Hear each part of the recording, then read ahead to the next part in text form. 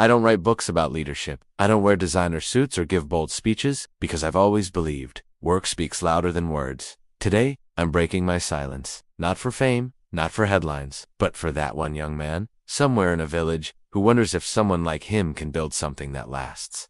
This is not a story of talent. This is a story of grit. Shall we begin? I was born in 1942 in Shunde, Guangdong province. A river town, quiet, humble, the kind of place where people didn't dream big, because survival itself was a full-time job. My father was a bricklayer. My mother worked in the fields. I was one of 8 children. We didn't have wealth. We didn't even have electricity most nights, but I had something inside me, a silent urge to build. As a boy, I would carve toys out of scrap wood. I'd fix broken radios just to see if I could. My hands were always busy, and so was my mind. I didn't have access to elite education, but I had something rarer. Curiosity plus discipline. In 1968, I was 26. China was in chaos, political unrest, economic uncertainty, factories closing. But I looked around Shunde, and I saw something others missed.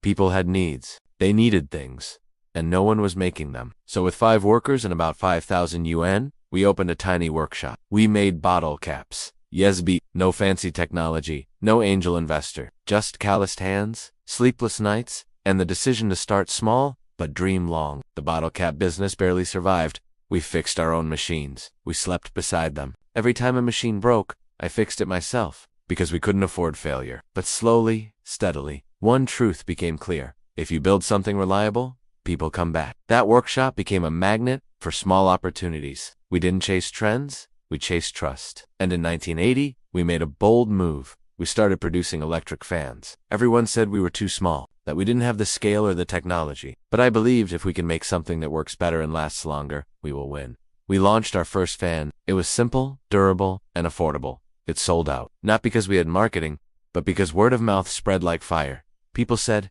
"This fan, reliable." That was our first victory. From there, we moved into home appliances, water heaters, air conditioners, microwaves. Every step was harder than the last. We had no roadmap, no case studies, only trial and error every single day. But we had one strength. We listened. 2 customers, 2 engineers, to the factory floor.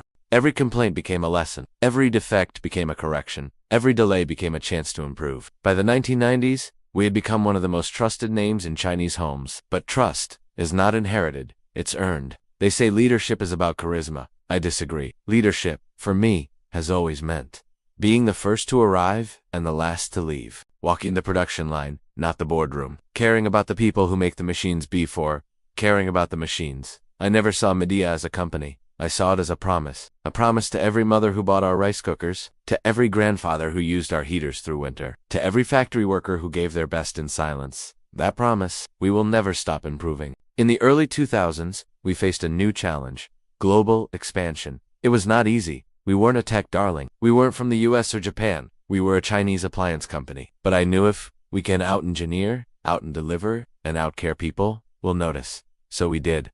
We acquired Germany's KUKA Robotics. We expanded into Brazil, Egypt, Vietnam, the US. We entered automation, smart homes, and global AI labs. And slowly, quietly, Medea became one of the largest home appliance makers in the world. Not because of branding, but because we never stopped sweating the small stuff. People ask me why I stepped down in 2012. Weren't you still at your peak? Yes, maybe, but I had a rule. Never let your ego outlive your usefulness. It was time to pass the torch, to let the next generation take the company further. But I didn't disappear. I remained a silent advisor, watching, guiding, always asking one question: are we still solving real problems for real people? Because success is not a number. It's whether your work still matters. So, who am I? I am not famous. I don't trend. You won't find me on magazine covers. But you will find my legacy in the quiet hum of a ceiling fan, in the gentle warmth of a water heater in a rural home, in the steady rhythm of factories that built themselves up from nothing. I am Hexiang Zhen, founder of Medea, a worker's son who never stopped working. I didn't set out to build a corporation. I set out to build trust. And if one day a child opens an air conditioner, feels the cool air,